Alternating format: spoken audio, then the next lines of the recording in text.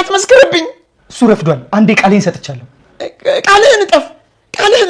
ቃል ማጠፍ እኮ ቀላል ነው። እናቴ አባቴን አልገደለችውም ብለህ ቃልህን እጠፈው ለእኔ ስትል። ማስረጃውን ግን አላጠፋሁትም። ምን? እንዴት? አላጠፋሁትም። እስካሁን አለ እጄ ላይ። ብሩስ? ብሩም ቢሆን በኤግዚቢትነት ተቀምጧል። ኤግዚቢት? አዎ፣ ለወንጀሉ ሲሉ ብር ከፍለውኛል። ይሄ ደግሞ ፖሊስን በጥቅም በማባበል ወንጀል ተጨማሪ ሌላ ክስ መሰረቱበታል። ምንም ነገር ተናግሬሽ አውቃለሁ? ብዙ ጊዜ። እኔ ፀሐይ እንደ እናት ልገስጽሽ እችላለሁ። አንቺን የምሰድብሽ እዚህ ቤት ከገባው ቀን ጀምሮ በስድብ አይደል እንዴት ተቀበሉኝ ወይዘሮ ወርቄ?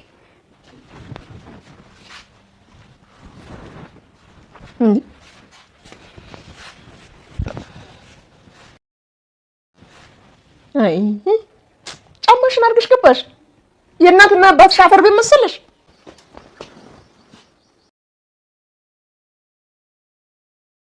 ልጄ እባክሽ ሊያስሩኝ ነው።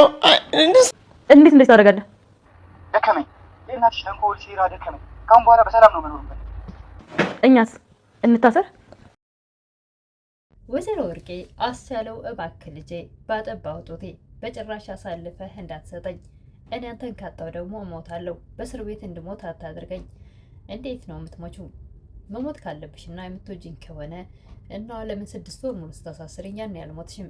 መች ብቻ አንተውኩህ እየመጣው እኮ ስጠይቅ ነበር። እኔን ለመጠየቅ አይደለም ስትመጪ የነበረው።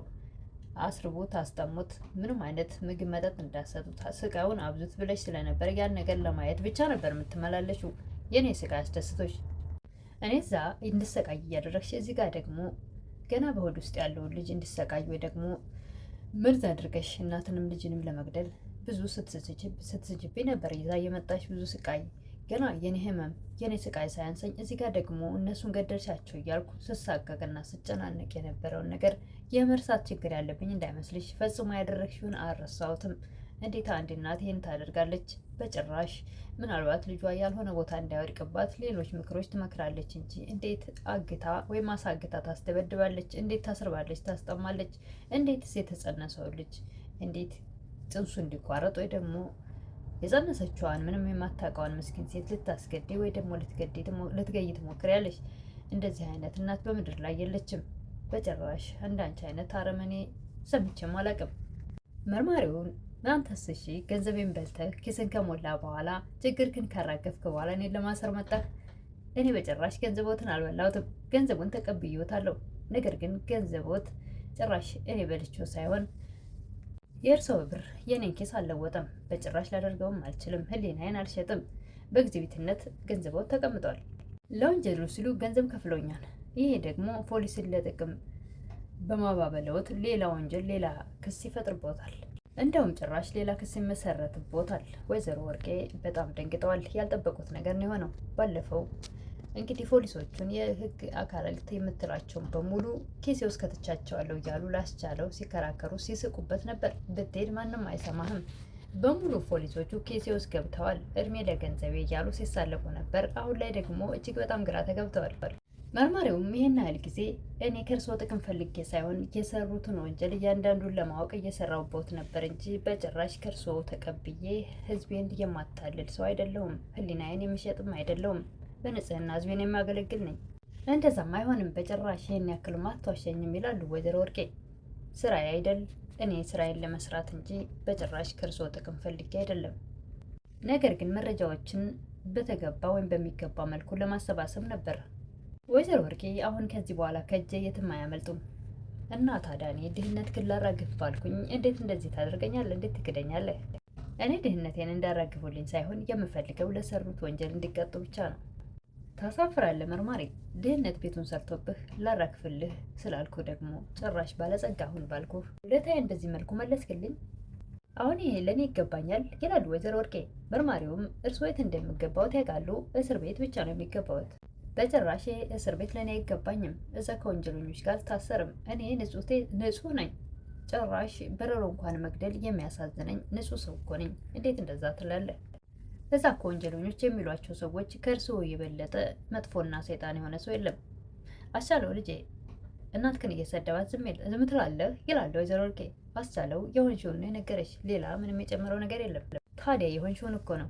ከአንቺ በላይ ሰይጣንና አረመኔ ጭራቅ ሰው አለ እንዴ?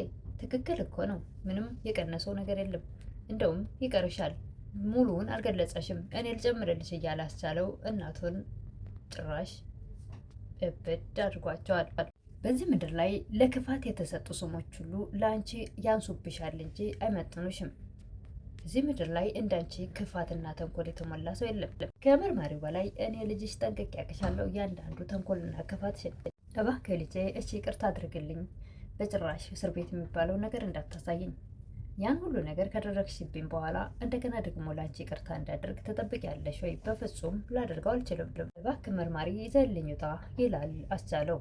በጭራሽ አልወጣም።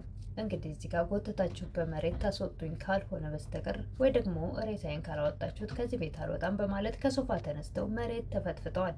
መርማሪውም እባክዎት ወይዘሮ ወርቄ ሌላ ኃይል እንድጠቀም አያስገድዱኝ። በቃ የፈለግከውን አድርግ። ከፈለግክ ድብድበህ እዚሁ ግደለኝና እንደፈለግ አስክሬንን የፈለግከውን አድርግ። በፍላጎቴ በጭራሽ ከዚህ ልወጣ አልችልም።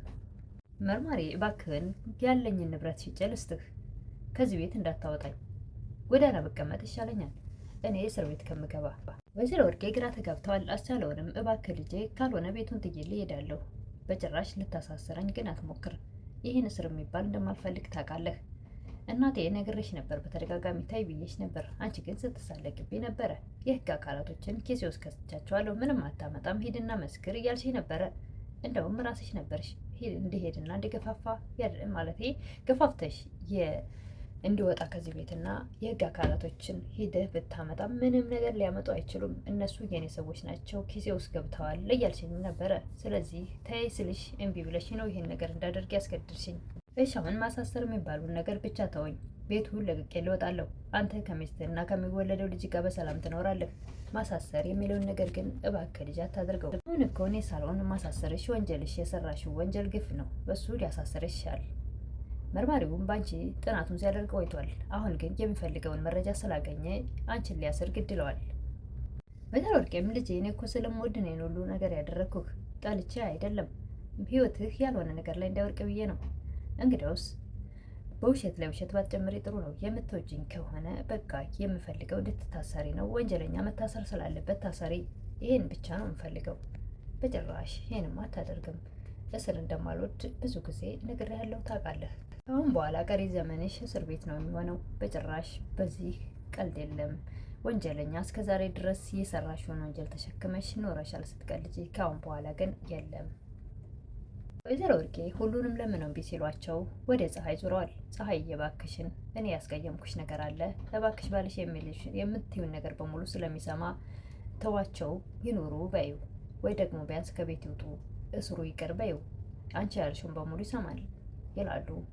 ምንም አያስቀየምኩሽ ነገር ያለ አይመስለኝም። እኔ እኮ እዚህ ቤት ከመጣሁ ጀምሮ ወይዘሮ ወርቄ ሁሉንም ለምነው በጭራሽ ሊሆን ስላልቻለ አሁን ደግሞ ወደ ፀሐይ ዙረዋል። እባክሽ ፀሐዬ ምንም ያስቀየምኩሽ ነገር የለም። ምን አድርጌሻለሁ? እኔ እኮ እዚህ ቤት ከረገጠ ጀምሮ ሰላሙኝ አላውቅም።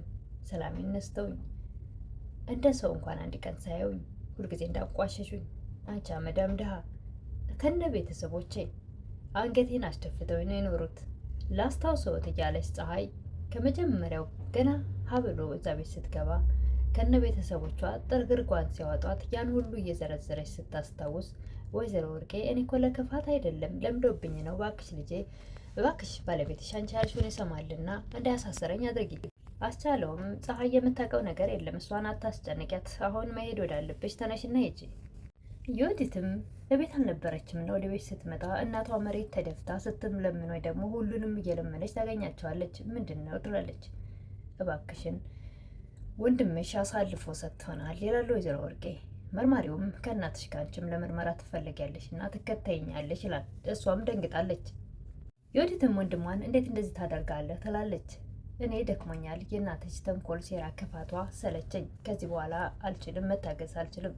ከዚህ በኋላ በሰላም መኖር ነው የምፈልገው ይላል አስቻለው። እኛስ እንታሰር ሁላችንም አሳልፈ ሰጠን ማለት ነው በማለት ዮዲት በእርግጥ እናቷ ብቻዋን ብትታሰር ዮዲት ምንም ብዙም ቅር የሚላት አልነበረም። ነገር ግን አሁን እሷም ስላለችበት እጅግ በጣም ፈርታለች፣ ደንግጣለች። ምክንያቱም እሷም ቢሆን እስር የሚባለው ነገር አትፈልገውም። እንግዲህ ሁለቱም ወደ ፍርድ ቤት ሊቀርቡ ነው። ዮዲትስ ምናልባት ተሬታ ትቀራለች፣ እሳቸው ብቻ ገብተው